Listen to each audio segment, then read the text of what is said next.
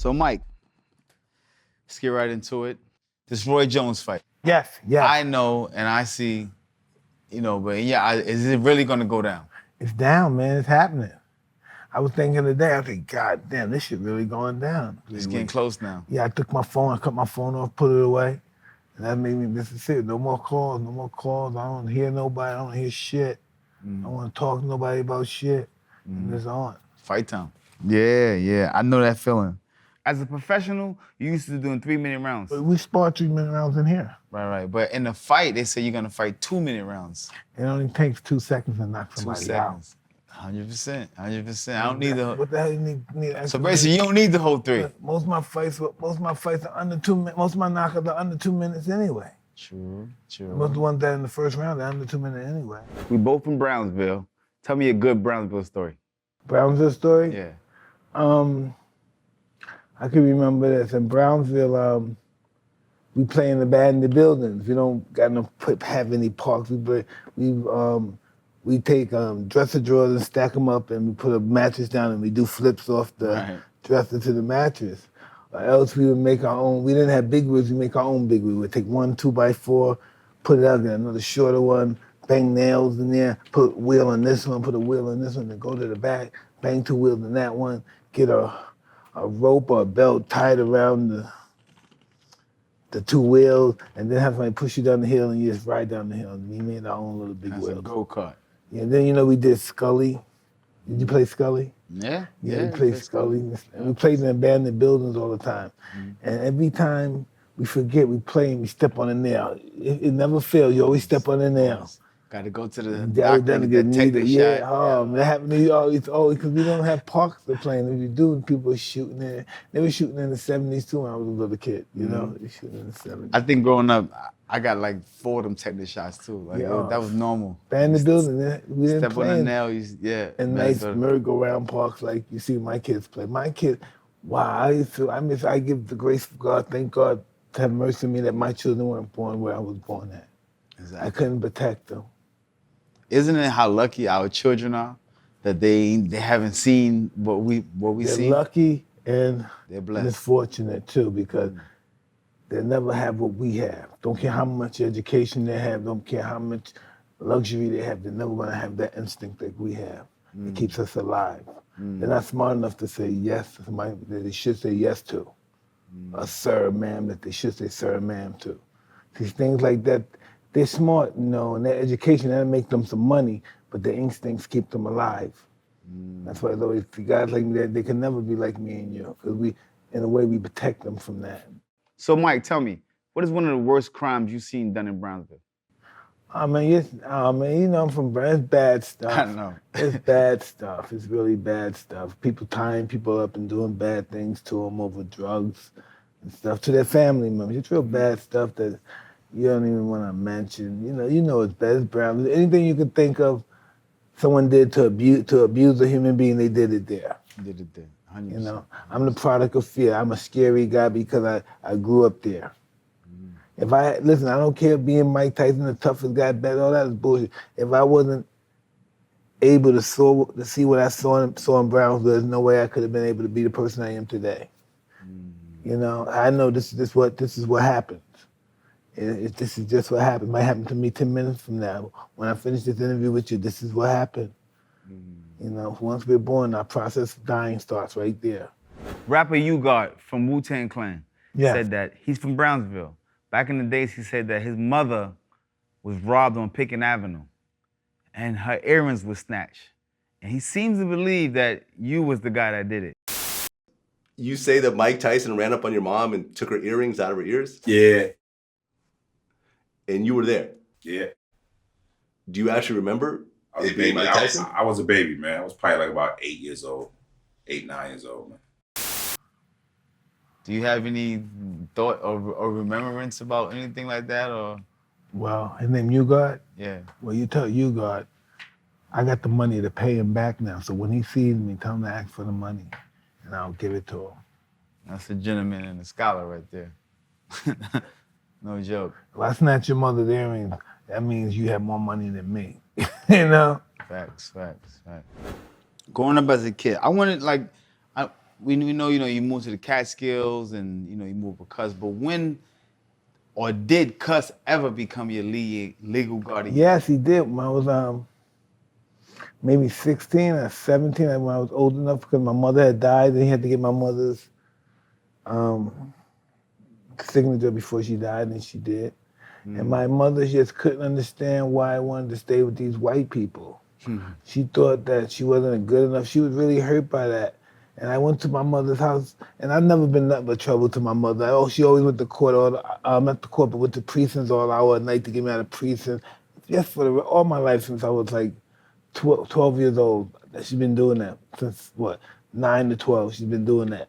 Then I had no interest in doing anything. Didn't go to school, just rob people, snatch people's chains, breaking my mother's neighbors' houses, rob my mother's boyfriend. It's really trash. Anything that some little slimy little 10-year-old kid can do, would do. Breaking your mother's friend's house. Do stuff. People that come over and see your mother, your friend got the check. They got their check. They're drinking, they party, and then I go in my window, go in the back fire escape, go in her house and rob a house. And that's just what I was. That's the product of what I was. My mother. That's just what it was. My mother and father was in the street life. They were sex workers, and that's just what it was. It's just what it was. Everything goes. Everything goes. Everything goes. So Mike, at 18 years old, you fought a fighter by the name of Hector Mercedes. That's my first pro fight. Yeah. Tell me about that. I was real nervous and scared. But I know it was a guy that they wanted me to win. I just understand how the process goes. They'll give me some fights that are easy and they build me up as good as I get. I understand how that goes. But I just wanted to keep fighting because I wanted to reach a higher level. Couldn't wait to get the higher. My head was so souped up that I wanted to tell you this story. After I started training in boxing, my mother didn't sign me over yet.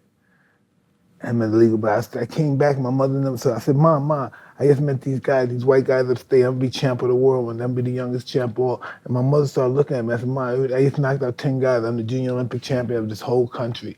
Mom, I'm gonna be the world champ, I'm gonna have millions of dollars, girl, I'm gonna buy you a house. My mother looked at me, and the only thing she knows from me is stealing money from her boy, it's being a scumbag. That's all she know about my son, he can't be trusted. And all of a sudden, she hears me talking with confidence.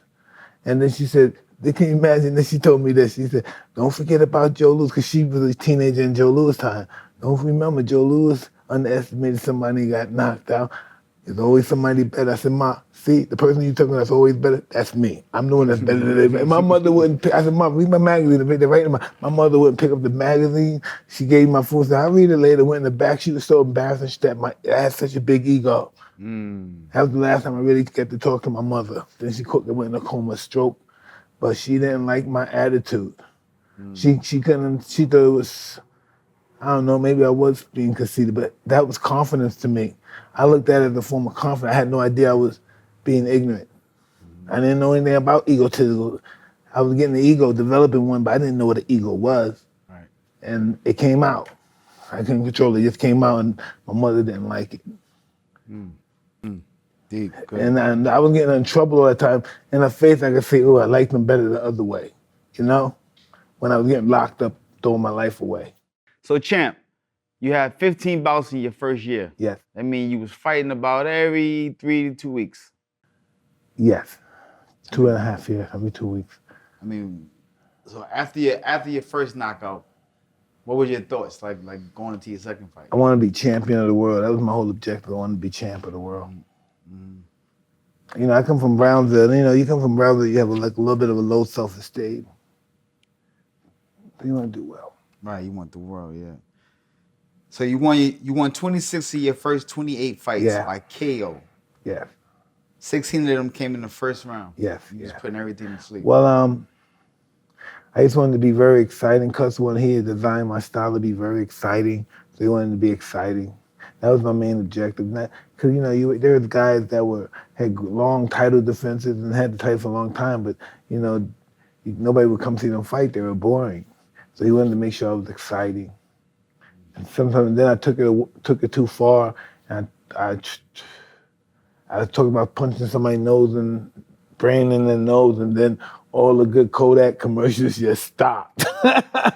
Those Kodak commercials and those Coca-Cola commercials, I used to have them and they just stopped. Wow. Holy moly. And so... was Cuss around then? I don't think he was, but that's what me and Cuss talked about. You know what I mean? He said, even though it's not possible, you just have the intention of putting his nose in the brain. Of course, his bone's going to break before it goes in his brain, but he said, have the intention to do it. That's your intention to do that. And that's what it was all about. Fighting is about hurting somebody with bad intentions. Inflicting the most pain. Yeah, exactly, until he gives up. His total surrender, his total destruction. If Cuss were to remain in your life a little bit longer, do you think that your life would have turned out a little bit different? Totally different. Totally different, because Cuss was really controlling. Controlling, he's been very happy though, but it would have just been different. I'd have been a real, I would have been really commercialized. You know? Because Cuss always wanted somebody like that. You know, he didn't care about, but he always wanted somebody that had that clean look. You know? Represent people. And he was into all that stuff. I really was just into, I got into my ego then. I just wanted to beat people and everybody look at me beating people and stuff. So basically, Cuss would have took you somewhere else. Yeah. All right. Okay. I've been selling everything, sneakers, commercials. I've been selling the commercials. I've been selling everything. Cuss became, even though Cuss had socialist tendencies, he was very capitalistic of the system, how to take advantage of capitalistic system. You know, to help other people, use the money to help people. So did you guys do a lot of charity stuff up there? He believed in charity. Yeah, we help people when we can. We get started making money, but he's a strong believer in charity. But he's a real believer in the black church and stuff. Because when he had Floyd Patterson and his other champion, that was the main power structure of the 60s back there in the black church. 86, you was given your first title defense against Trevor Berbick. Yeah. For the WBC Heavyweight Championship of the world. Berbick was the last person to fight Ali, and he hurt Ali very bad. When you fought him, was there any revenge? 100%, yes, no doubt about it. I was going to kill him. You know, I saw the way he was hitting Ali really hard with everything he had. Ali didn't have nothing left. He could have been, but he was trying to kill him. So I said, I can't wait till I get him. Him and Larry Holmes. Him and Larry? Yeah. His nephew, did you know that his nephew killed him? I heard of the story. It was some kind of beef over property, I believe. That's what I hear through the neighborhood, all the people that know him, know me, and I heard it was over property. And I don't know what went down, but my experience with Mr. Trevor Berbick and the people, he was kind of like a bully, tough guy. So you gotta be careful. You're a fighter and you're a tough guy. The odds of you living long is just not good. It's not good, right? It's bad enough that you're a boxer or a tough guy. Now you're both of them. Yeah, you're not gonna be around long. Not good. World champion and a tough guy in the street? No, it's not gonna happen. You're not gonna have a good, long life. Can you imagine that? Heavyweight champ, and I'm a tough guy in the street, still I'm a bully. Berbick ended up getting murdered by his own nephew at 52 years old, some years later. I don't feel bad for him. God don't like ugly. You do ugly to people, it'll come back to you. God don't like ugly. And he was ugly. He beat anybody. He beat his daughter. Let me forget about that guy, because this is so tragic. And his soul is resting. I don't know in peace or not, but it's resting. You won the title at 20 years old. You was the youngest heavyweight champion in the world. What did that feel like? Hey, listen, that was winning the championship at 20 years old, becoming the youngest champ ever. That was Cuss's dream. When he met me at 12 years old, he said he was talking to the gentleman, Bobby Stu, that introduced him. He said, "Are you sure this kid is 12 years old?" Because I was 12 years old, but I was 200 pounds. I'm 5'8", 200 pounds. He said, because they don't like to go to the real jails and stuff. So I've always been in institutions, so I've been lifted with, so I look like a man. Right. And so Bobby Stu came back and said, "Tell me the truth and don't lie. How old are you?" I said, you got my birth certificate. What does it say? 12. He said, "Oh yeah, you're all right." And he said, "Look, Cuss, it's the birth certificate." This guy knew me for 2 years, and he would ask me, "Tell me the truth, how old are you?" So they didn't believe it? Yeah, I said, "Bobby, what? I'm 12, you got my birth certificate, show it to him." 1987, you beat Tony Tucker. is the first time the heavyweight title has been unified ever. What that felt like. Hey, listen, I felt so good for that fight because listen, I'm gonna tell you what happened. I was training for that fight. I trained for that fight for like what, 4 weeks, and then I got really scared and paranoid. I said, I'm quitting boxing, and so I left for like 2 weeks and went drinking and partying for a while. Then I came back and trained for like another week and a half, and then I fought him. And it went 15 or 12 rounds, but it was a tough fight. And he was my best, he was the greatest mover. He was real confident, he knew how to do combination. He was a real great fighter. And he unified the title and became the youngest guy to do it.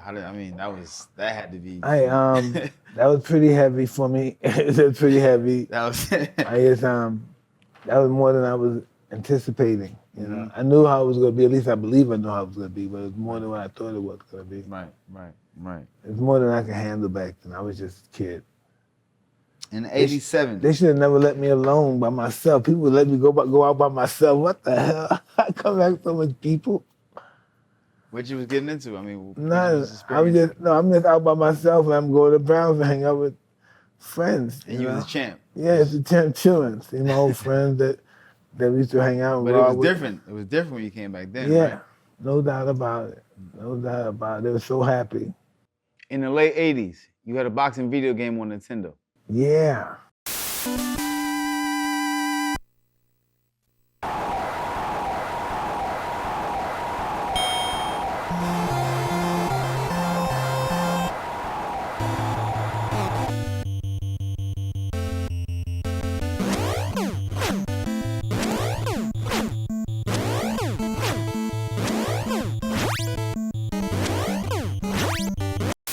Yeah, the video game was like an all-time high video game. It made like millions and millions of dollars. It broke all the records. We're gonna do another. We're anticipating doing a new one too. Right. So, what is your relationship now with those guys? Well, they were discussing taking me out of Mike Tyson Punch Out, and there was a hailstorm of negative reviews for that, and so we're contemplating on just doing it with someone else. And just no one can be angry, and everybody can go our separate ways happy. They gave you $50,000 for a 3-year deal with no royalties, but they made like 1.7 billion to like. Hey, that was a bad deal, but I don't think it was 50 G's. It was 1.2 point something in that range. But still in all, it was just a really bad deal. I didn't know anything about businesses, and what the hell. Right. Bad business move. In '88, you fought Larry Holmes. What was that like?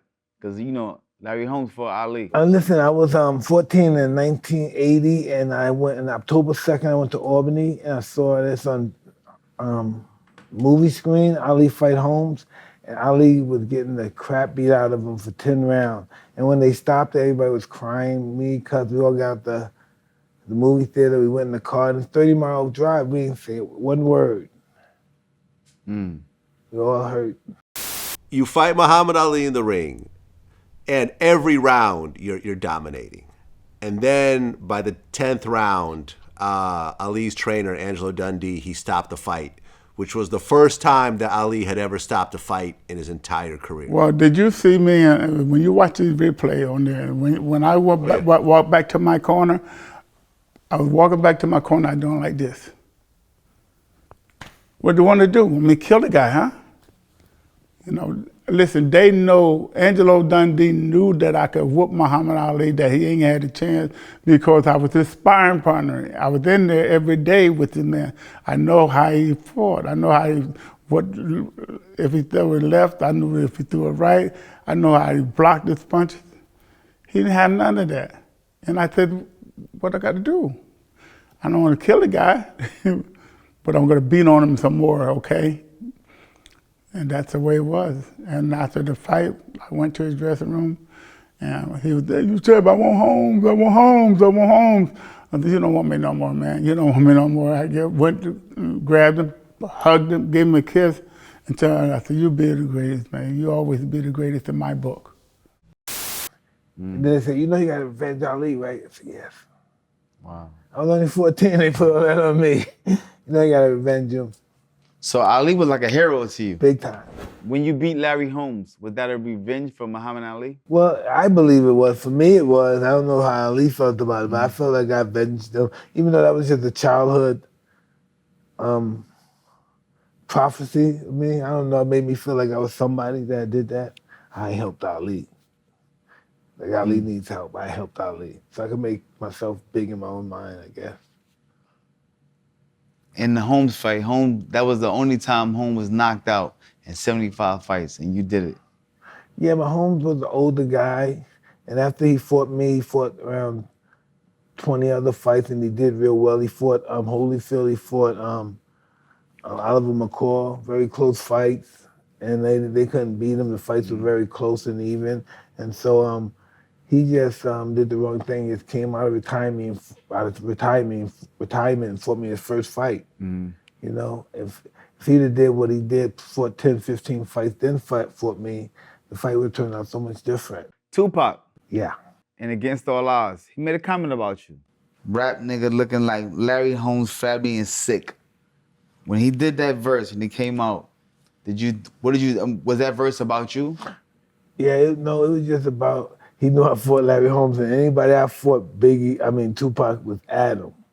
Anybody I fought, he was really at them. Tupac, that was really close friends with Mike Tyson, in 1996, he dropped the Machiavelli album, and he name-dropped your name. He said, looking like Larry Holmes, flabby and sick. When you heard that, what'd you think? Then listen to it. And not only that, it doesn't matter what people say. They're going to say, if you're doing good, they're going to say it. If you're doing bad, they're going to say that. I don't care what they say about me because they're not putting a dime in my pocket, putting no food in my plate that sits on the table. They don't do that. They go out there and do what they're doing. Like, I see these guys, man, these rappers and everything. I hate to even comment on it because a lot of them is, you know, they're shaky. But I'm happy doing what I'm doing. I'm happy. I got a beautiful wife. I got 5 kids, you know, and I'm cool, man. What more you want?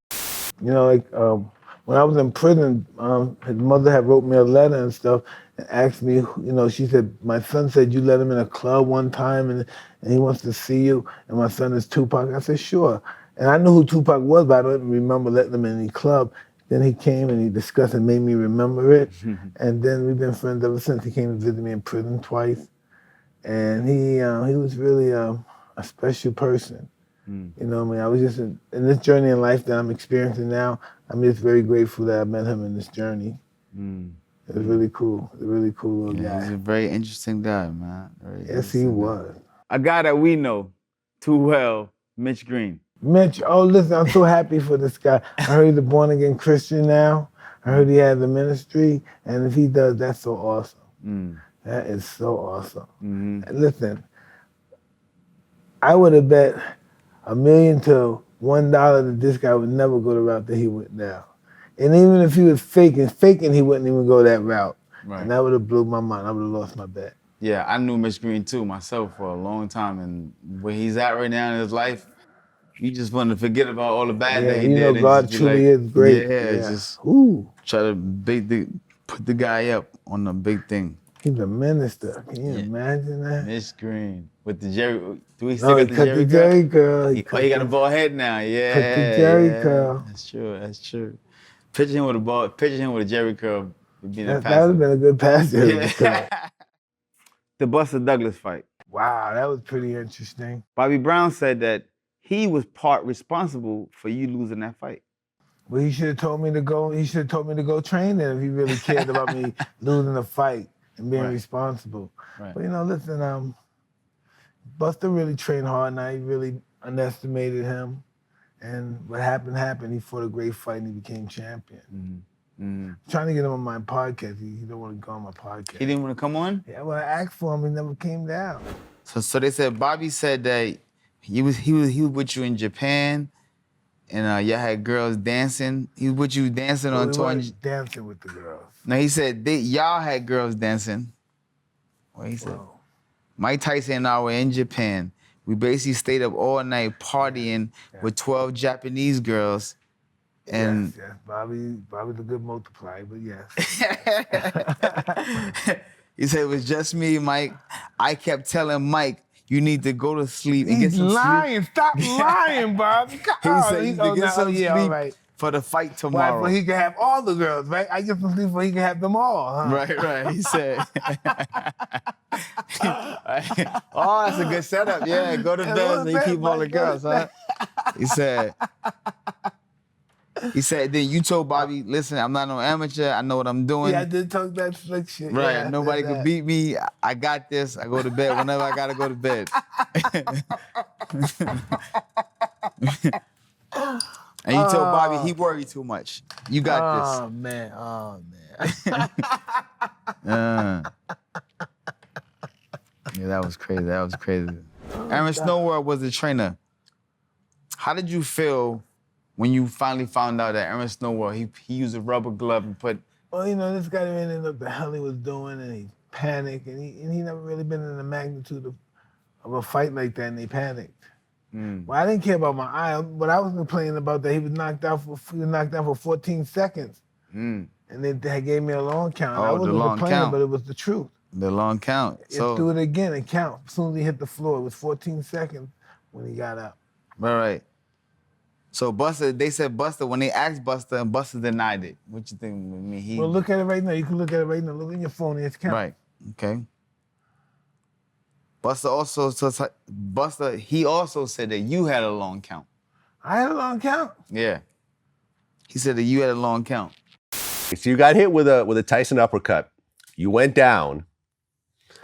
And when you watch the fight, right, and I watched it again this morning, to me, it was very clear that you were not dazed. You could get up anytime. You waited until about the 9 count to fully come up and say, okay, I'm ready. Right. But according to Tyson, and I remember I watched a clip from his Broadway show, he's convinced that you had 13 seconds on that mat. Yeah, keep going. Yeah, that he was convinced that you were given 13 seconds and technically he knocked you out. Right. And he still says that to this day. Right, but they don't say how many seconds he got. Right. That referee was scared to death, like, oh my gosh, 1,100, 2,202. His count was longer than mine. He's talking that smack. Right. Okay. That might be a discussion, because we're supposed to do a podcast together. Oh, you and Mike? Yeah. Okay. That's going to be an interesting one. Yeah.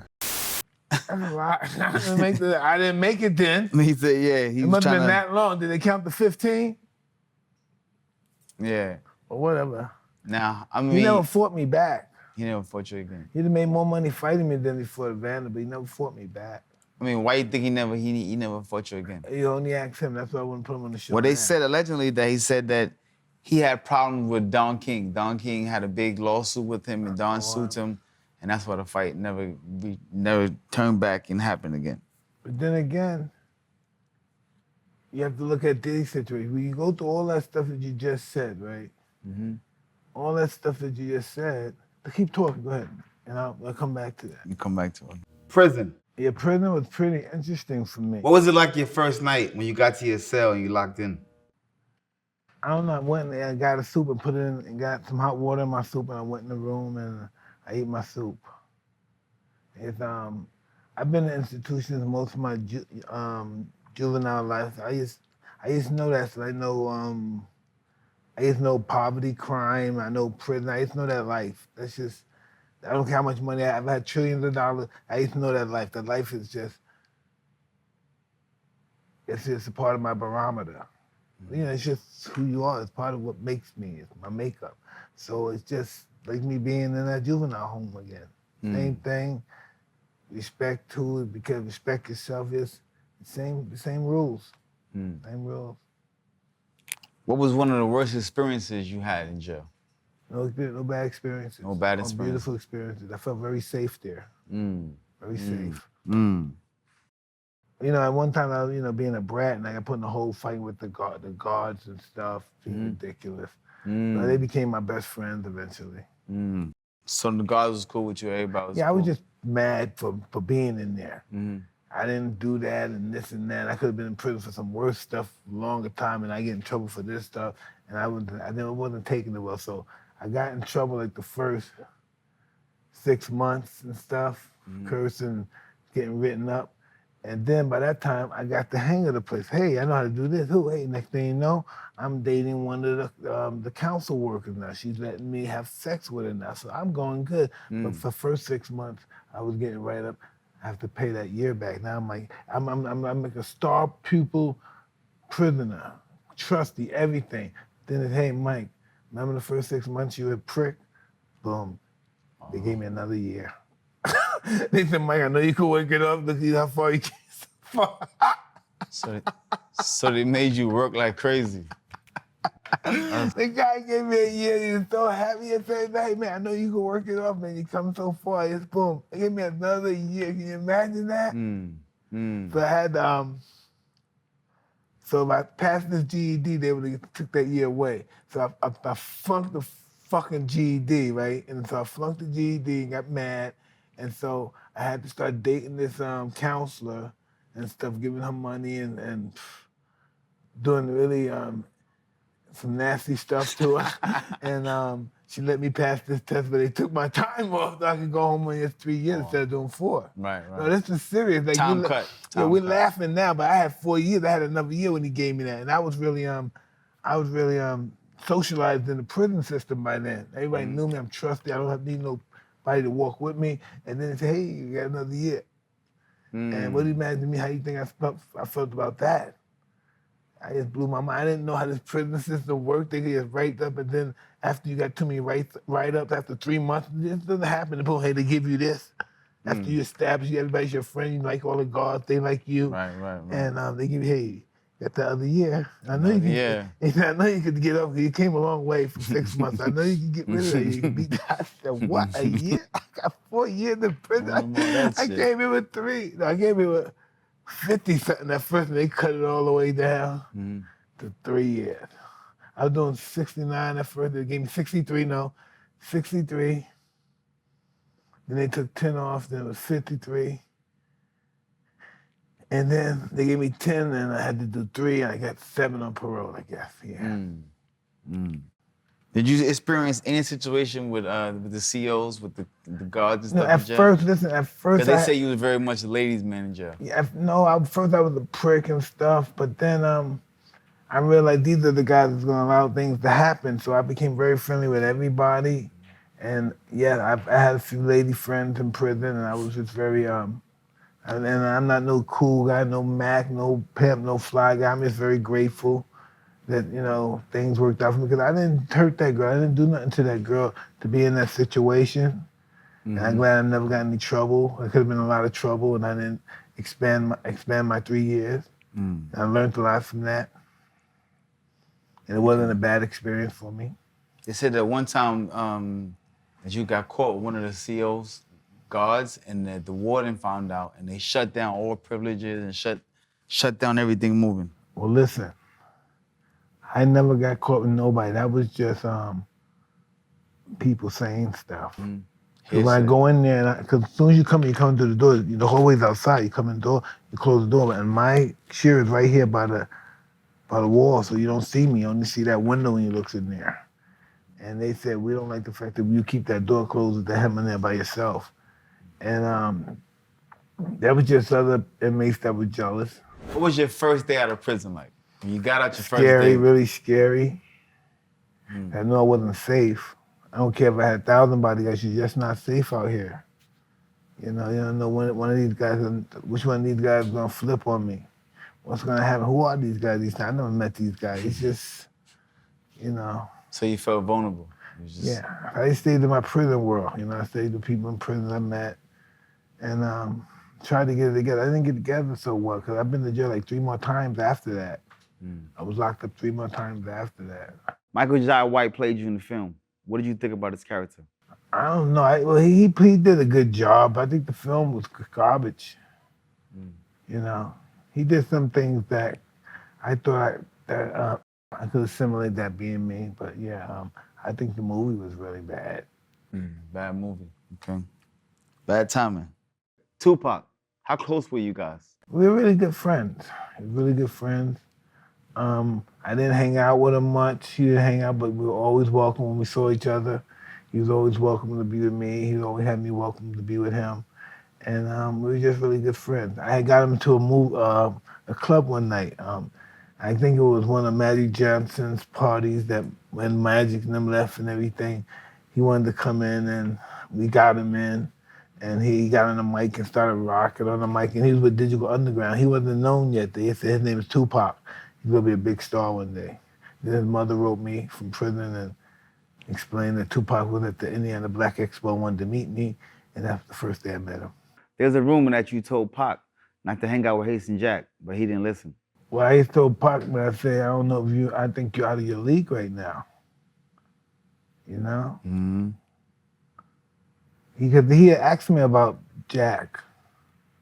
You know, and I had known Jack through Scooter. And I used to say, you're out of your league. You know? You hang with the big boys now. Yeah, you're out of your league. Pac went to prison for the same similar situations as yours. Well, it's really easy to be a guy, you know, a young guy like myself at that time in Pac. We're in our sexual prime. What we do, I'm a fighter. When you see me, I have my shorts on, a mask. And you see Tupac, he had a short. So it's easy to say that these big, over-sexualized bucks would do something like that. Mm-hmm. You know what I mean? Look, if you have that belief and that's been your understanding all your life, that's if he's big and he's black, he's a rapist. If he's smart, he's a tax cheat. And that's just how people pretty much categorize people, stereotype people. Right. Put you in the same. You know? We're over-sexualized. I'm an over-sexualized buck. You see, like, you know, you look at me now, I'm 54, something like this. Mm-hmm. I'm past my sexual prime. I don't have no trouble now, do I? When do I get in trouble anymore? You don't see nobody write anything about me no more, do you? Right. Things have changed. But when I'm young out there and I'm strapped and I'm ready to go, I'm a menace. They'll watch my every move. Well, that's the real. That's interesting. Just think about when all these guys died around 25. They died in their prime, 22, 24, 25. Pac and all those guys. There's too much testosterone for these people to handle. He was young, young killers, yeah. Did you get to speak to him before the fight? Yeah, I was speaking to him because I always wanted he was doing my songs. So I'm saying, yo, Pac, that's close to the fight, man. I think I need the song. The songs are always late sometimes. He was cramming them. And so he always got him in like one hook. Anyway, it's one take. He always got him, right? Yeah. And he always brought him on time. He was always late. He was the best, though. I really miss that guy. Imagine now he would be such a entrepreneur now.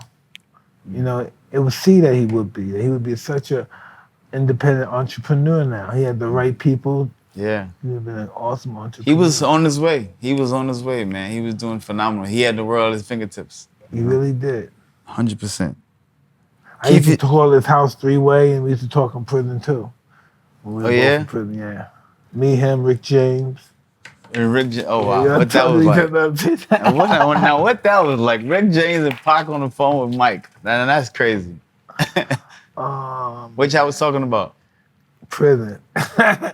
I ain't talking about nothing outside. Because everybody been in prison. Yeah. Listen, I would call my friend Kevin Saul.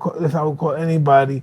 And I knew the time to call him. I said, well, if it's 8 o'clock here in Indiana, that means it's 6 o'clock there in California. And I knew they were out all night before them. So I know around this time they're back home and they had some girls over there. So when they're popping, I'm listening to the phone. I'm having people in prison listen to say, hey, you gotta pay me some cookies for this. And then hit the girl on the phone. Oh my God, that must have been phenomenal right there. Yeah, they would give me cookies. They give you some cookies. I said, give me some cookies. Right, talk to Rick James and Pac. That's crazy. How did you feel when you heard the bad news about Tupac? I felt that was really something I couldn't even I just knew that it was really a bad day when that happened. I just knew it was really bad. And I felt a little guilty about him coming to the fight, me pressuring him for the, hey, yo, bring the tape, don't forget the tape, you know? And I was going to go out with him that night. I promised to go to 662 with him that night. But I had just had a little baby, and her mother was provoking me to stay home, so I stayed with the baby. And then someone called me that night and told me that happened. And this is just what we do. You know, I come to my senses, I come to my objectivity, and I know who I am. I know what my element's about. In my world, this is what happens in my world. This is what happens in my world. That was part of my world. My world, this happens. But just because it was Tupac and I was attached to it, it was different. But normally, this is what I expect somebody to die after a fight or somebody get hurt, something crazy happened.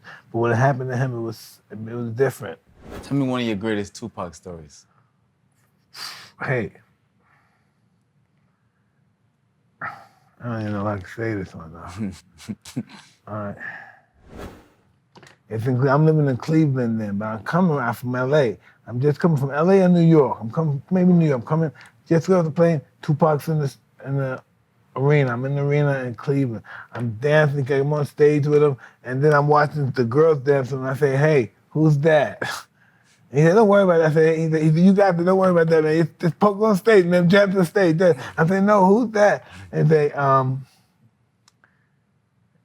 the show was over. He said, go to the bathroom. This yours. I said, go ahead, that's yours. That's one story, yeah. Yeah, that's yours. I said, thank you very much, brother. Thank you very much. I said, thank you very much. He said, I don't do this to nobody else. This is you. I don't be doing this shit for anybody. This is my brother. I said, thank you so much. I love being your brother. I'm your brother. Oh, God, thank you so much. He came bearing gifts. Listen, I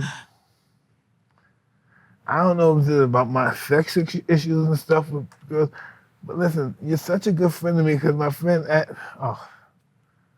I was depressed one day. I guess that's when I was, I don't know, after my Lennox fight, I wasn't feeling so good lately. And my friend, you wouldn't believe how he just, I don't know how people do it. They get, Mike, you all right? You sure? I said, I look at her, wow, that's a nice looking girl. Hey, Mike, you want her, Mike? And I just don't know how they do this. They just come right over there. What did you say to her? And, I used to admire guys like that. They say, hey, mate, you know, you like him? Let's go over there. Right, it's done. 1, 2, 3. What did you say? I just want to know, don't worry about that, Mike. Tell me the cool. formula. Yeah. I'm not like that. I can't just get somebody to talk. I can't get no one to say hi to somebody, let alone just meet them and go home with them. After hearing the whole story about Tupac, and then hearing Keefe D, his part about what he said, how did you feel? And I thought Keefe D was telling the truth. You know, I felt that he had nothing to lie about. You know, he hadn't. He's the big player. He has nothing to lie about. No, we coming up. What's the name? What's that? Flamingo? Yeah, I think that's Flamingo. We was coming up Flamingo and got to the light. We was gonna go drink and smoke some weed, and he happened to be hanging out the window. He was hanging out the window like he was in a parade. Tupac. Yeah, he was. Just bad day. Bad day. It's a bad night, huh? It's a bad night. We never know when we're gonna have ours, you know? We don't never know what God has creeping around the corner for us. If I'm always happy, you know, like see Zab, I see people I know, we still here.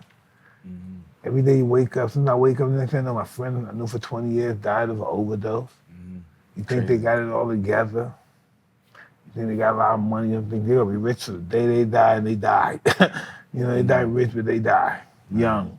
That ain't cool. With kids, the babies, little babies, and no one take care of the babies. In '96, the first Holyfield fight. Yeah. Do you think the headbutts was intentional?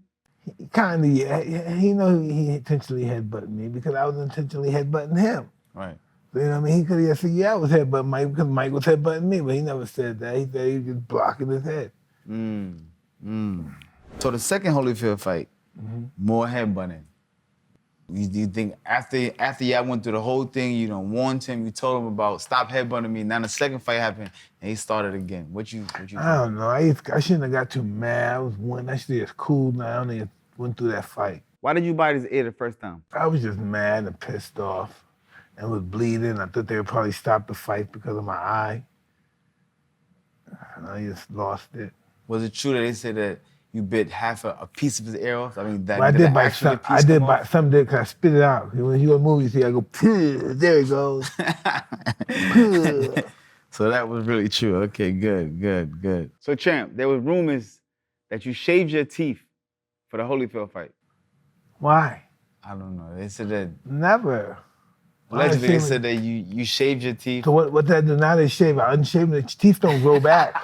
That's very true. That's What very happened to true. my teeth? Teeth don't See, fucking silly grow guys, back. stop it. These are the questions they're sending in. Okay, your retaliation for the headbutting. That was... With me biting him? Yes. Well, I just wanted to hurt him more than he hurt me because I was headbutting him too. And I guess I wasn't hurting him enough because he was headbutting me back. So I put the biting in the game. I wish I didn't do that, but I did. Your first heavyweight fight in over 50 years ended in disqualification. What did that feel like? That was the Holyfield fight, I don't right? know. I don't know what it felt like. It didn't feel like much to me.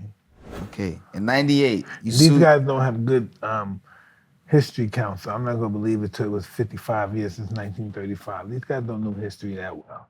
Right. I think somebody got disqualified in the 80s or something. Before that, right? That's what they're saying, that it was over 50 years. That's way. something they put together. Okay. In 1998, you sued Don King for $100 million. $100 million of stolen money. Did you receive the money in the lawsuit? Not really, but I received a little bit of money, 24 million bucks and stuff, the whole deal. The media put a number out there about how much money Don King took from you. In your words, how much money did Don King take from you? I don't know. Listen, I had too much fucking. It was just coming in, dude. Money. I just had a lot of it. Before I signed with Don King, I remember talking to you, and you told me, watch that brother, watch Don. I said, Mike, I might get ready to do a deal with Don, and you was like, watch him, brother. You know what I'm saying? Like he's not good. You kind of warned me, like, don't. Yeah, but you gotta be careful for guys like that. Yeah. You gotta be careful. You can't blame him. It's just who he is. It was a thing out there that said that Don King settled with you for $14 million. No way. It was he told me it was like 24 million or 25 the most. 25 the most. Small amount. And you didn't get all the money, okay. Right now, what's your relationship with Don King? Do you ever speak to him? Well, he called me on my birthday, I think, and I talked to him twice. Okay, that was nice of him.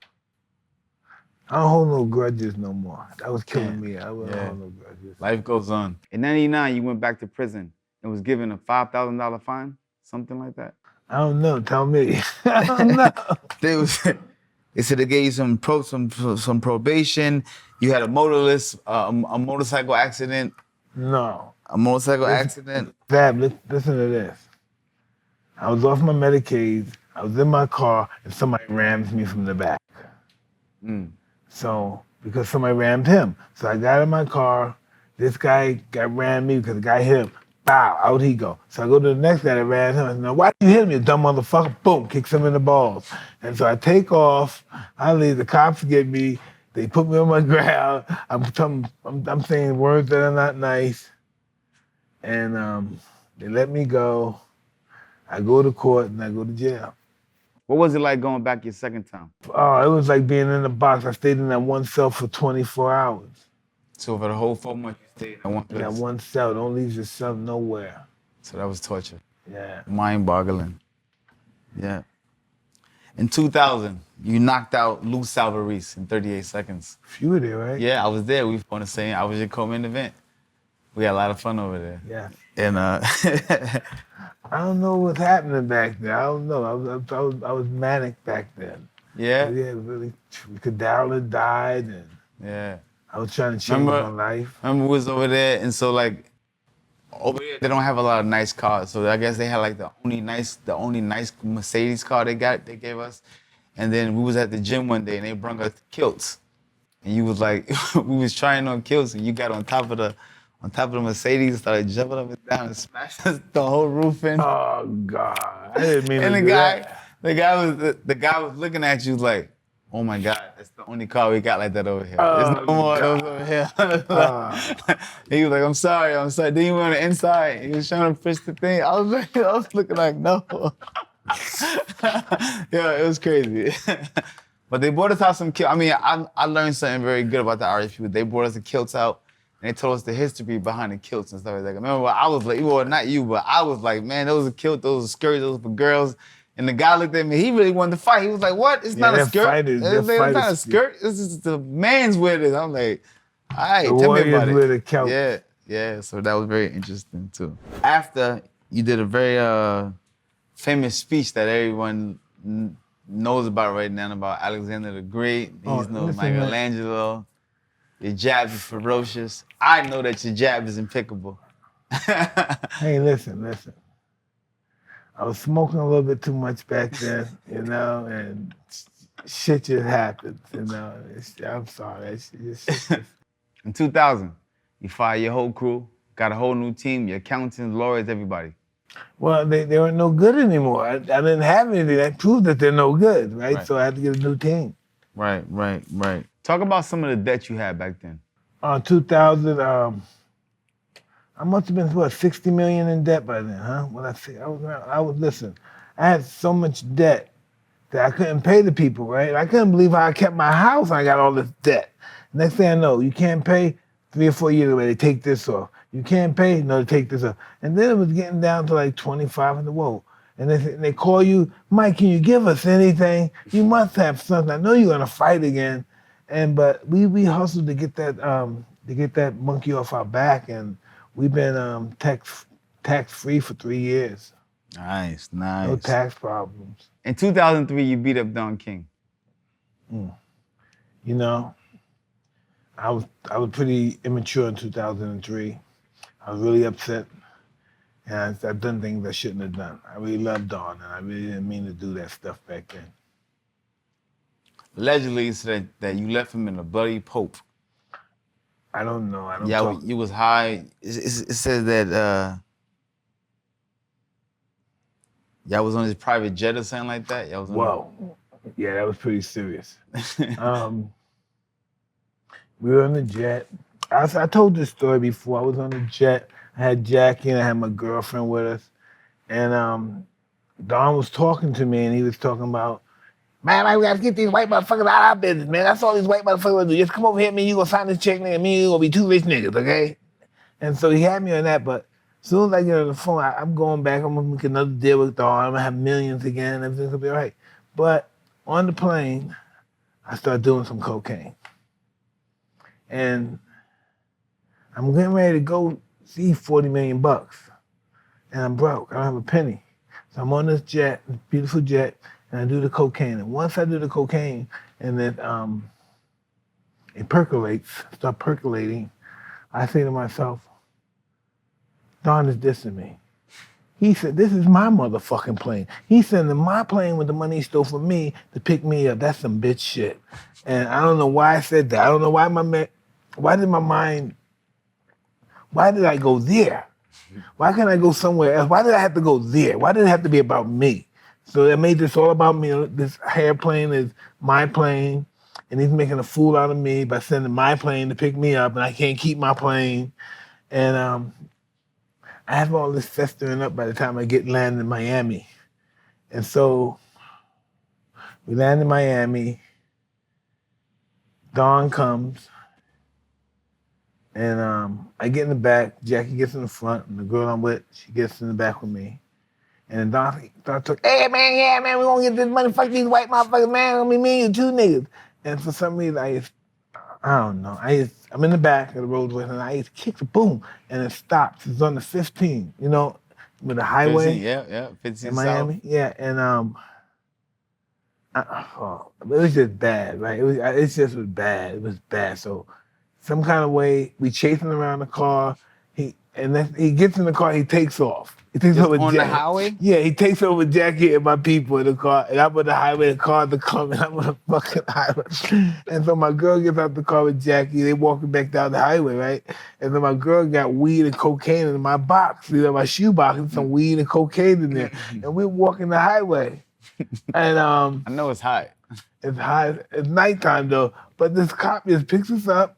We get in his car. He drives us to the hotel and just lets us out. He doesn't say hi or nothing. We got the drugs and the cocaine and smelling the whole car up. He just picks us up, let us off. Doesn't say a word. Don't say a word. Not a word. The creepiest shit I ever found. The body officer just takes off. Don't say a word. I don't think oh man, if you ever see Jackie, we'll ask her that. And so, can you imagine me, Jackie, and my friend, we walking on the highway. On the highway, Can you 95. imagine? You know, I'm on drugs, right? On the highway. Wow, no. Oh, man. I see people walking on the highway now when I'm driving. I think they're nuts. And that's what I was doing. With drugs. So the cool thing about Don that I appreciate about him, he doesn't press charges. Never. He's not like a run to the cops guy, you know what I'm saying? That's one thing, man. That's one thing I respect about him. He's not going to the cops on you because, man, I know some guys that have some promoters that have some incidents with next and they throwing everything. Oh, yeah, ICO, FBI, everything at me. CPO. If they got a letter, they're going for it. Yeah, Don is a pretty stand-up guy. I must say that about him. He take a licking and keep on ticking. You all patched up. We love you, Don. We love you, Don. Yeah. 2003, you filed for bankruptcy. Tell me about that. Hey, I don't know nothing about that bankruptcy. Once they say you don't have no more money, I have to it's over, I leave. Right. Other than that, it didn't feel like a bankruptcy. I had my house. I don't know. It just worked out. Right, you was still moving. I had my wife was in my corner. I had just married. I wasn't even married to her at the time. She just rushed in my life. She saw I was just a zombie on all the medication, opiates, and she just got involved in my life. Fired my old accountant, got a new guy. And she started writing plays. We did plays. We got known for plays. We did world trips, tours on the plays. And then we got into entertainment business. We got into the marijuana business. I believe we have some marijuana banks now, weed banks. And it's been very successful. And I just decided I wanted to do something. I was I don't know if I was bored. I just decided I think I can still fight. You know, 'cause I got desire. Like when I didn't want to fight last time I fought, and the year that I was fighting when I was fighting Galad, I didn't even want to fight then. I wasn't feeling good. I didn't have the money I believe I had. And so I lost the desire. And so I just started working out, getting in shape, sparring a little, and the desire came back. And I want to do something. I want to try it again. I want to test myself. I'm the kind of guy that just want to test myself. Just keep testing myself. But I must say, me being in here in the camp with you, I'm very impressed. You know what I'm saying? Like I'm motivated to even start working out myself because I'm watching how dedicated you are every day. You're getting up, and I'm watching how you're getting in here and moving your body and moving your head and boxing with these young boys, and it's very impressive. I ain't gonna lie. No, I'm gonna get better. I'm gonna be better and throw more punches. I have 3 more weeks to go, and I'm gonna improve in these 3 weeks. I'm just looking forward to it. Right. You're looking good though. Mike, you're known to have a very exquisite lifestyle. They say one time you lost a $7 million chain. What's up with that? Stuff happens, man. Just left in the... Stuff happens. Can't take it with me when I die. Right. Oh yeah, that's what it was. You told Jim Jones about that you lost your diamond necklace. Yeah, I lost all my jewelry. So you know, when you're young, you're getting high and fucking with these broads, they'd clip you. You gotta be careful. 100%. In 2005, you fought Kevin McBride. That was really disgusting. That was the last hurrah. The last hurrah. What you was going through at that time? Bankruptcy and all that bullshit. And I just wanted to get this fight over to pay bills and stuff. But I didn't really want to fight. I didn't have a tenth of the desire I had now. Right. I didn't have no desire prior to get in shape and look good. I was fat in that fight. I think I'm looking beautiful in this fight. I was with you there too. I was with you there with the Kevin McBride fight. And you nowhere near as motivated as you are now. Oh, this is what it's about now. Yep, 100%. After losing the fight, you said you would quit. You would never come back in the ring again and do none of this. Well, that was just macho stuff. You know, you never know what's gonna happen. You lost. You're in a bad end of a fight, so you really figured nothing good's gonna happen after this. So you say you want to quit, and I did. I really didn't want to fight. I went to the old Mike, back to women and girls and drugs and liquor and stuff. And I was in there, and I got married, and that was going crazy. Then it started going great, and I've been married for 11 years now. In 2007, Mike, you pleaded guilty to a DWI. I can't remember which one. It must have been a couple. Was it in Phoenix, Arizona? Where was it at? No, this one was about the Wizard. Yes, I was arrested for DWI, and I wasn't on alcohol. I was on cocaine. They made it a DWI, and I didn't stop smoking. I couldn't stop. I was addicted to weed. I couldn't stop smoking, so I had to get a Wizinator, a fake dick with somebody else's piss in, a clean piss that was warm, and I used to always do this. I used to say, "Oh, come on, man, you ready to put?" Just like act like I was gonna pull out from hey, no, turn around. You gotta say, turn around. I was pulling around the click, and I was like, "Oh, you want to see some dick, nigga?" I always say that to the guy. I would give him that gay comment. "Oh, you want to see some nigga dick? Huh? That's what you want to see." Hey, get away, turn around. I let the stuff out, and I get away with it. The piss will be clean. I used to say, I hope the guy don't say, "Mr. Tyson, you're pregnant." Right. Oh, So it's an actual penis that looks like a penis? it's a fake penis. I try to paint. I painted it over tan color my thing, and I pull it out of you. Man, you want to see some nigga dick? And the guy, hey, I don't want that. And then I turn around. I was sick. I was sick. I'm sorry. At this point in your life, champ, do you think you beat your drug addiction? Hey, listen, man. I'm never in my life am I going to sleep on drug addiction. I don't sleep on drug addiction. I know guys go 20 years without drugs, liquor, and the next thing you know, they died of an overdose. So this thing's strong. While I'm straight and I'm getting stronger, it's doing push-ups right now, getting stronger next time it attacks me. You know, I know the power of drugs. I know the power of mind, too. You can never under nothing on this planet or this world to be meant to be underestimated. I'll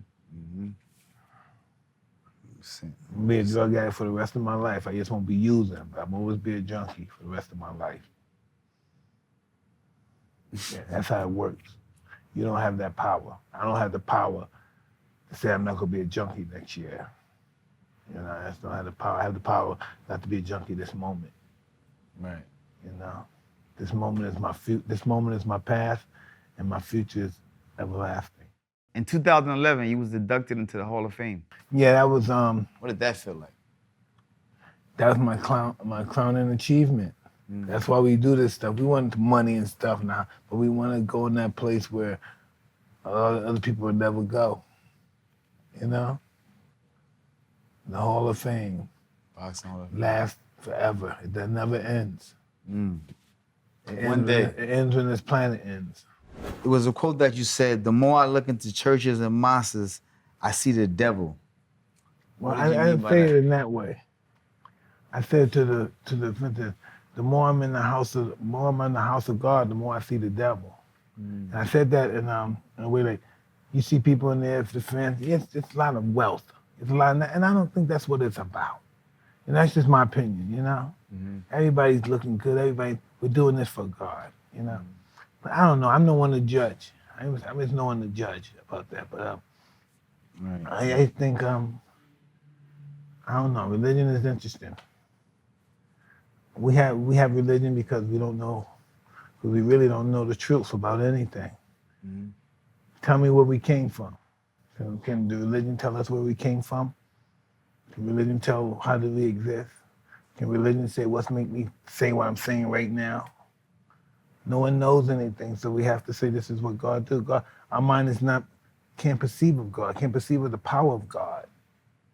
You know what I mean? God made us for that particular reason, for we not to get too familiar with him. You know, but there's still people that feel they know him better than we do.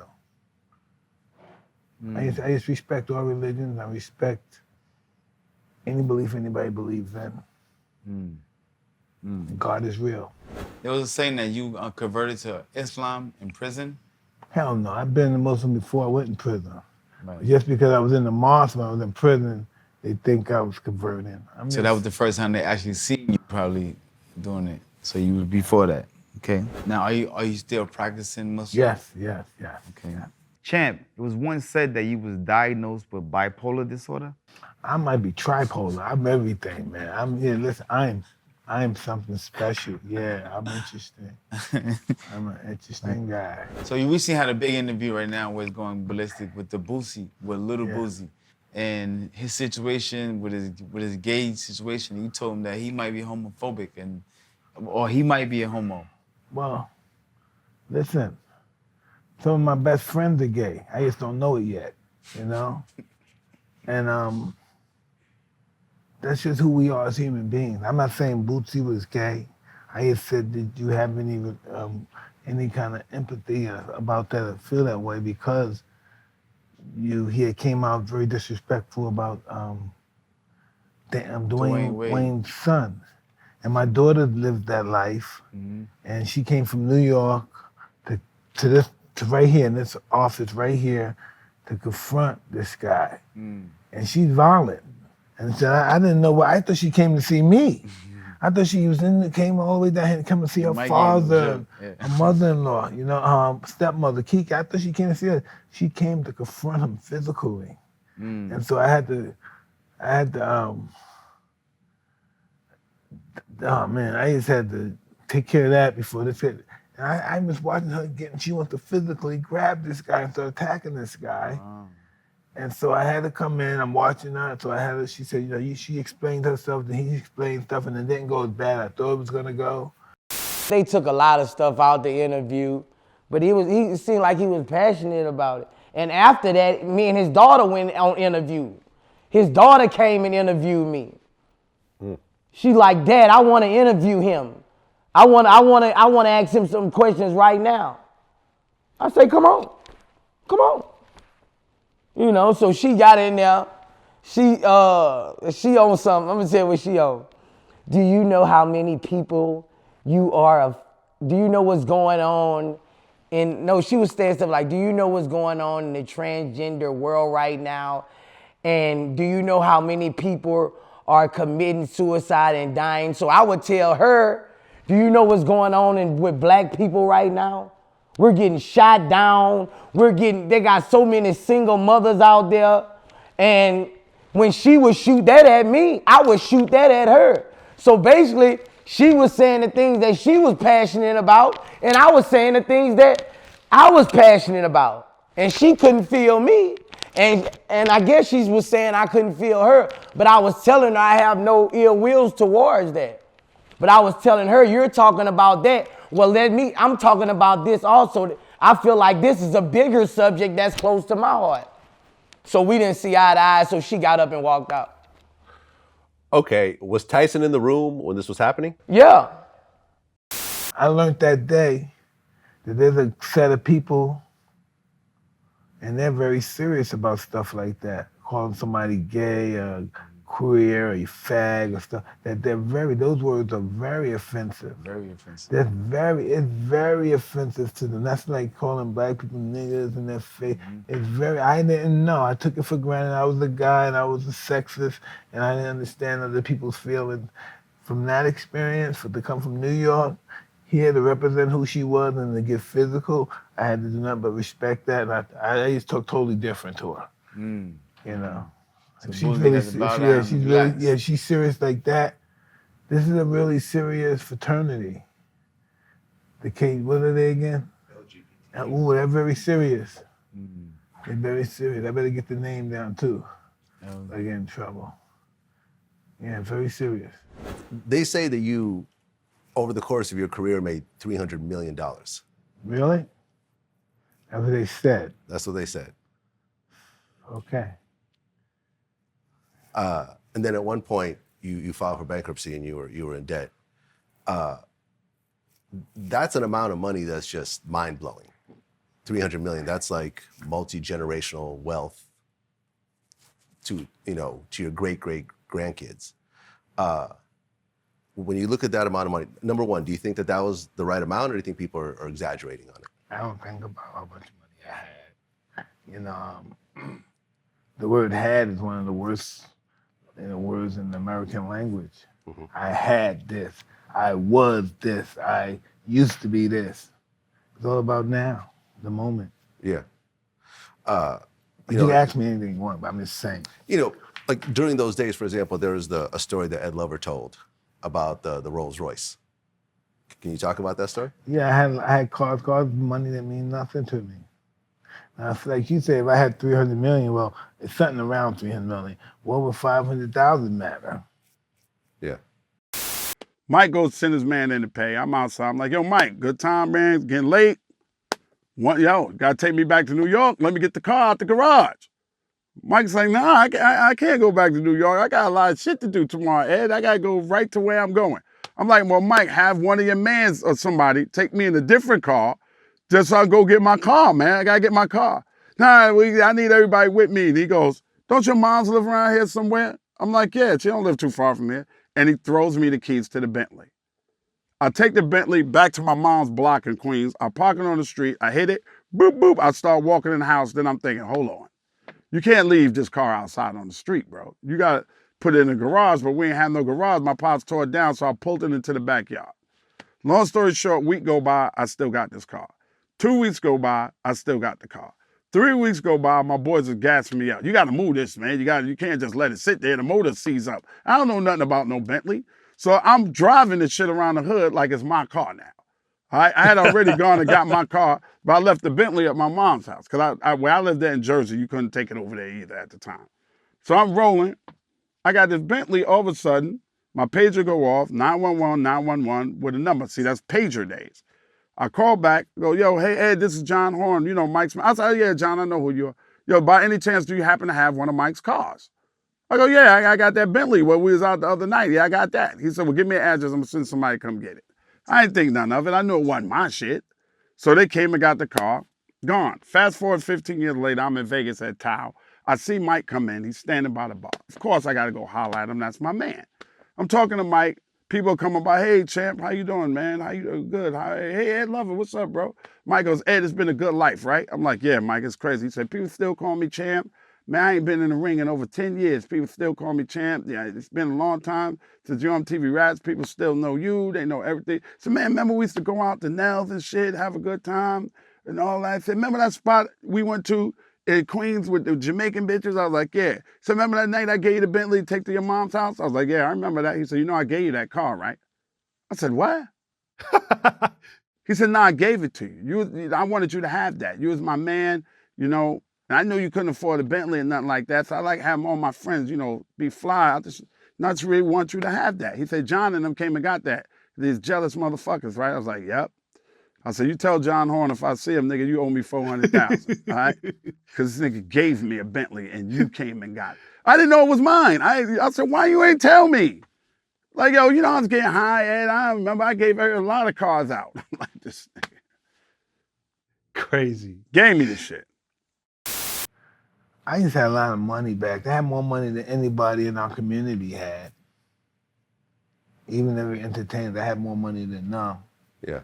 So I never had money before. So that's what you do when you never had money. You buy a lot of goodies for you and your friends that never had money.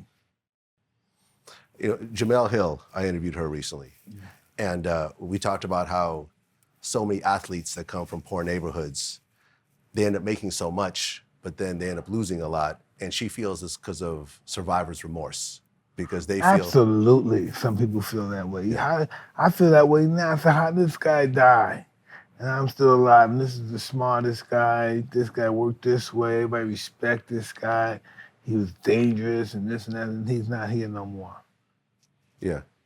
And, you know, they feel like they won the genetic lottery in a way, because they were just born, you know, because you can't train to be a Mike Tyson. You have to be born genetically a certain type of way and then train on top of it, right? Like, everyone can't be a Mike Tyson. No, everybody can't. No one could be Mike Tyson. Everybody's going to be who they're going to be. Right.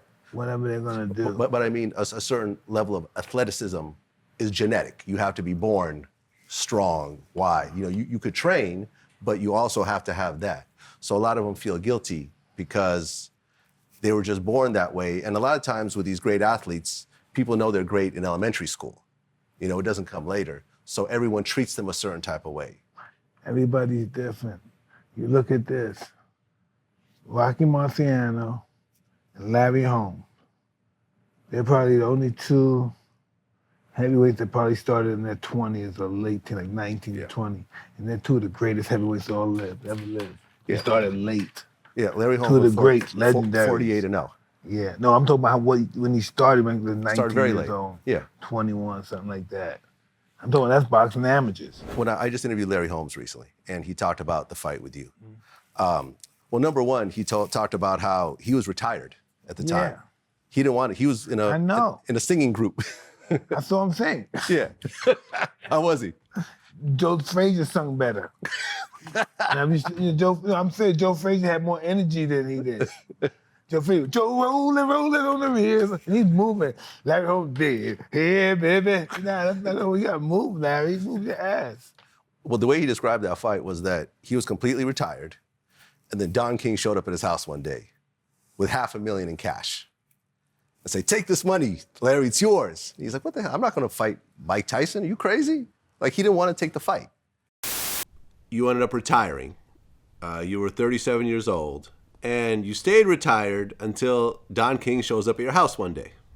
Yeah, but to hear that money come, that money comes back. Don't you know money make you talk? Money make you do crazy things. I had quit, retired, living in my nice house with my wife and with my kids. And Don King come with a big bucket of money, and then what you gonna do? It's yours, Larry, it's yours. All is mine. Yes, that's yours. All you have to do is sign here. Sign where, Don? Right there, okay. Sign. Money is the root of all evil, man. Okay, so Don King shows up at your house, and he says, I want you to fight Mike Tyson. But my first impression was, shit, you got to be crazy. Me? Fight Mike Tyson? He said, yeah, you can fight Mike Tyson. You can beat Mike Tyson. I said, I know I can get around all this stuff that you don't, but I can't beat Mike Tyson because there's a lot of things he don't do. He said, you can beat him, Larry. I know you can beat him. He said, I'm gonna give you this many weeks to get ready. We're gonna be like 9 weeks. I had to train.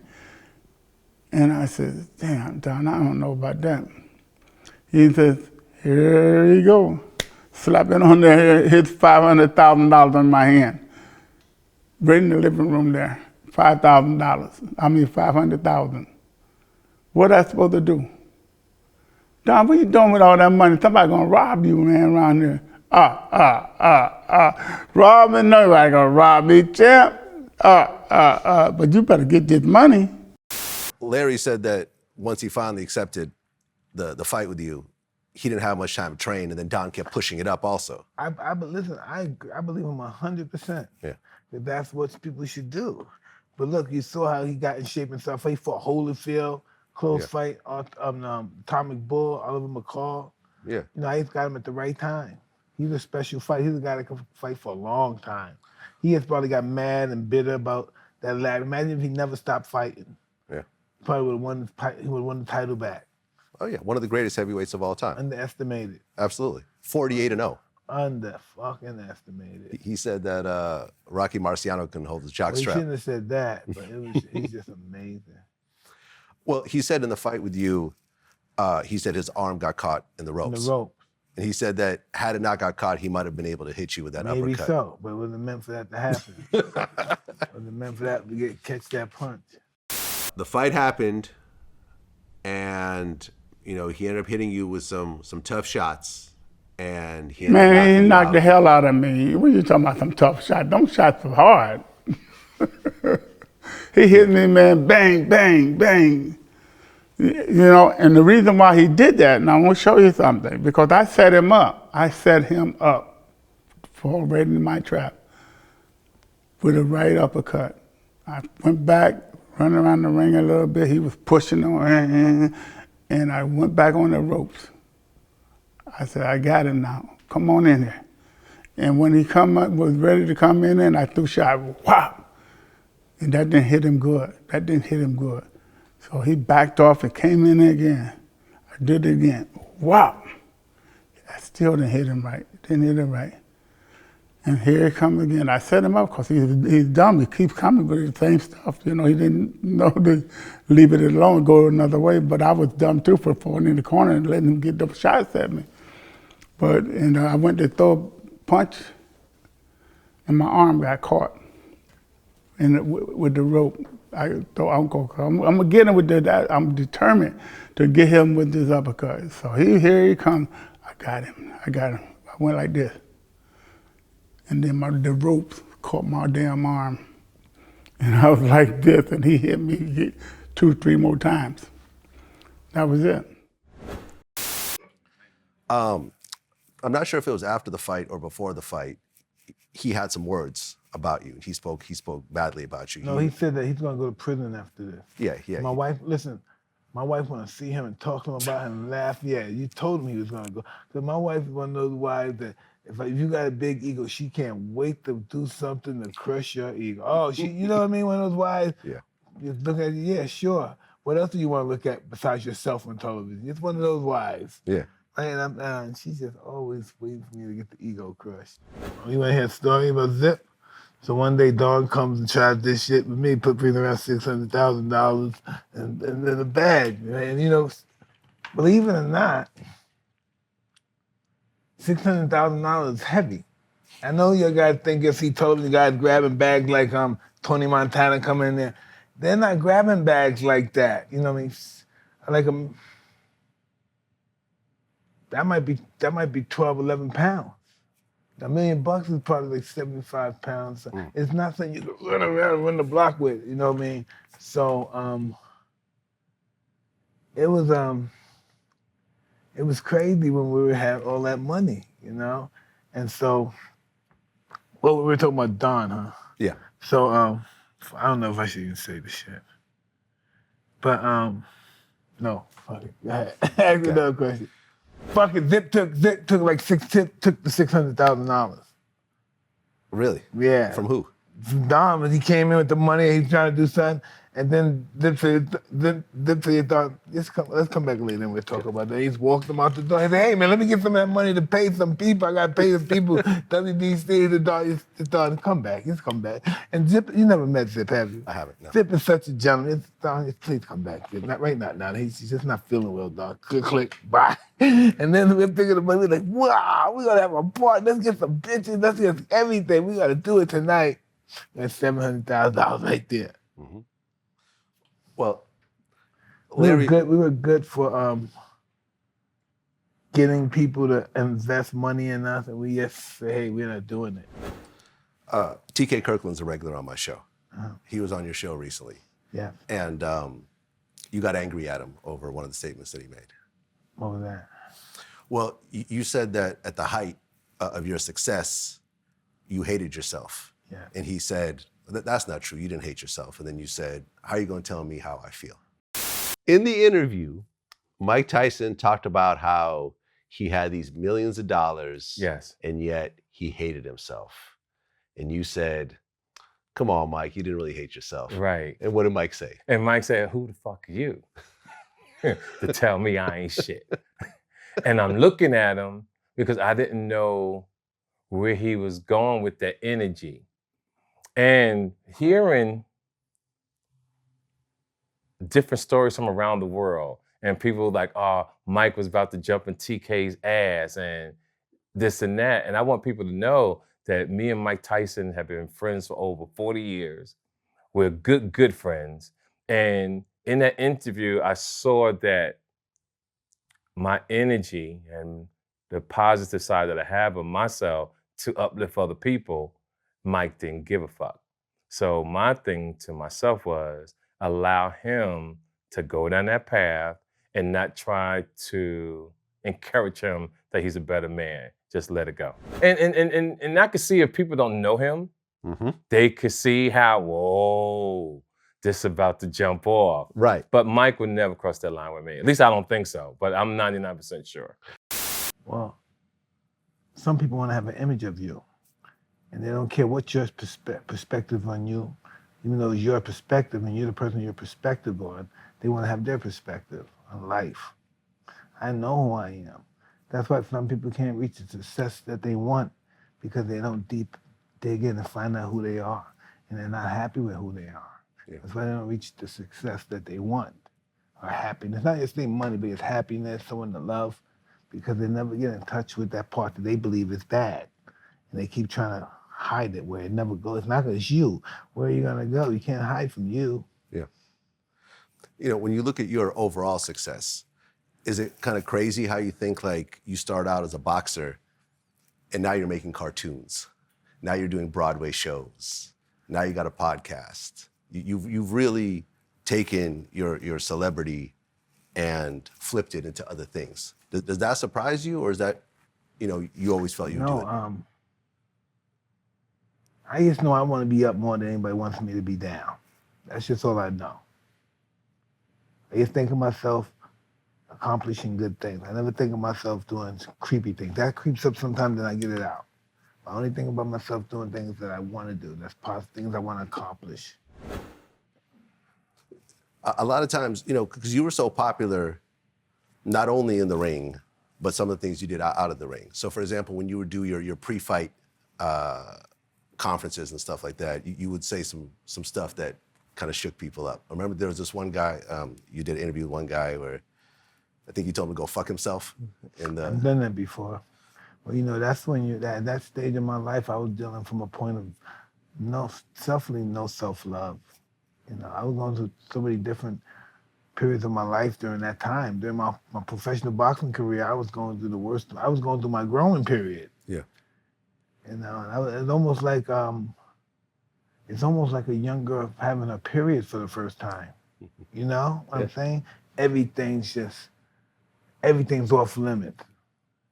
Yeah. It's almost like you feel like you own everything. No one to talk to. You don't want to feel nothing from nobody. And it's just really, I don't know, maybe there was a mental breakdown or something. I don't know. Well, I know, like, for example, Tupac, one of the things that he always felt, based on conversations that I've talked to people, is that all publicity is good publicity, even if it's negative. So he felt like getting a bunch of negative publicity helped him. And when I was watching you, I felt like, okay, Mike is manipulating the media. He's saying stuff just to get... I've never manipulated the media. I just always proved at certain times that I'm smarter than they are.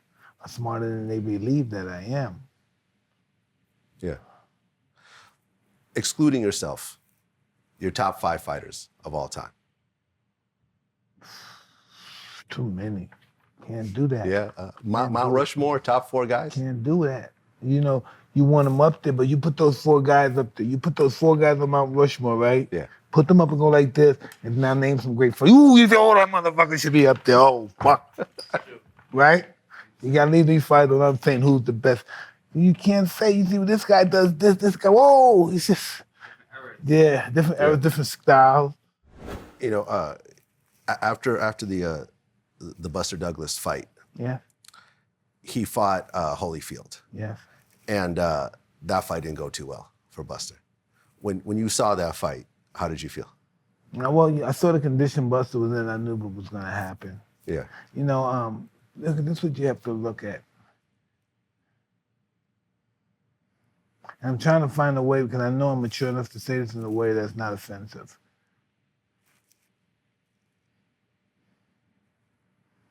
I don't know why it's this way. I understand why it's this way. And I think life is not fair when it's this way. It's just some guys, got different kind of characters and bloodlines. Some guys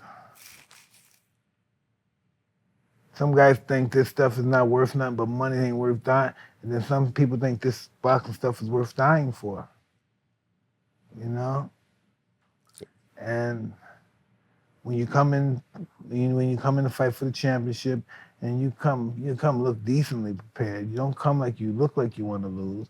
And at that particular night, Buster came like he looked like he won. It didn't look like he trained one day. Did it look like he trained one day? He blamed it on the Don King lawsuit. You stepped in the ring with Holyfield. Were you confident in the same way you were confident with Tyson? Or was it, I should have trained harder, I should have been more focused, and now I'm in a little bit of trouble? Well, you know what? I trained hard, but it was just, I only had maybe 4 or 5 weeks, you know, between going to court and then settling, and then it was like, bam, we got this date, and this is all the time we got to prepare, you know. So it was pretty, a lot of stuff was going on. Well, listen, when you do that, you say, hey, well, give me some more time. I'm nowhere going to take the belt, strip me, but give me some more time. Yeah. You know. Well, did you see what happened with Buster after that fight? He got beat, but what happened after? Well, he gained, I think he got up to about 400 pounds. Oh, yeah, he was sick, huh? He got diabetes, and he fell into a diabetic coma. And he said at that point, he realized that, okay, he got to turn his life around, or else he's going to die. So what do you think? You know my back history and everything. You've seen everything happen to me. Yeah. You're looking at it. It's the first time you ever interviewed me, huh? Yes. And I'm beautiful, aren't I? Gorgeous. No, serious. You're in great shape. No, but you didn't expect me to be the way I am with you now, did you? No, not really. Very gracious, very friendly. But I was just thinking, 5 years ago, you could say, well, probably this guy ain't gonna be around too long. No, I didn't think that. But you could have thought that. You didn't know me back then.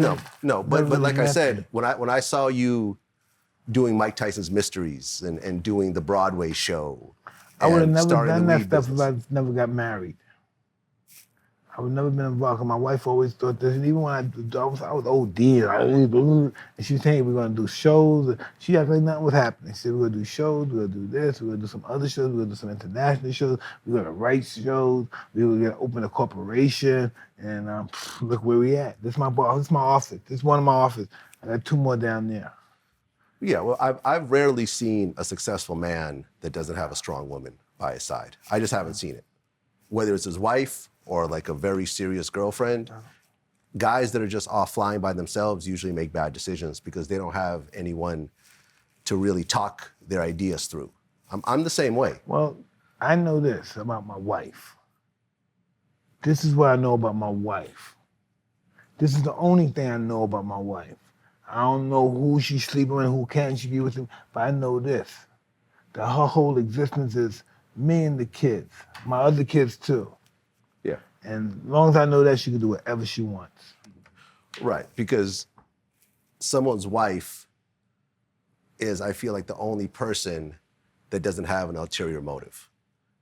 If you win, they win. No. If you lose, they lose. The reason that we do you know why we have a mate? Know what the reason that we have mates for? For we can know that we're men. Yeah. The only reason we can know that we're men is that we have a woman. Yeah. Other than that, we can't justify for being a man. So they justify us for being who we are. And we don't want to give them that credit. That's what we're not going to give them. But that's the truth. But we're not going to give them that.